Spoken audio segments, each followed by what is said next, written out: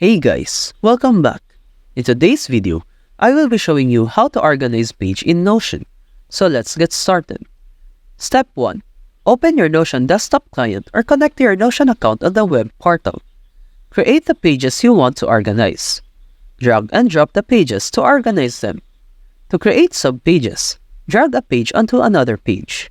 This action makes the drag page a subpage of the destination page. Subpages can have further subpages, creating a hierarchy.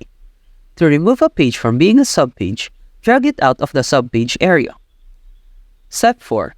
Adding subpages. Click on a page. Click on Quick Add to add subpages. Enter the name of the subpage.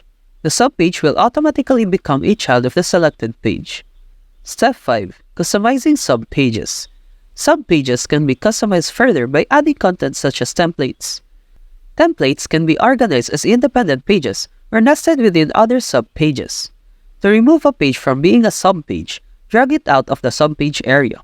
That's it for this video. If you have found this video helpful, simply leave a like below or subscribe because it helps me reach more people.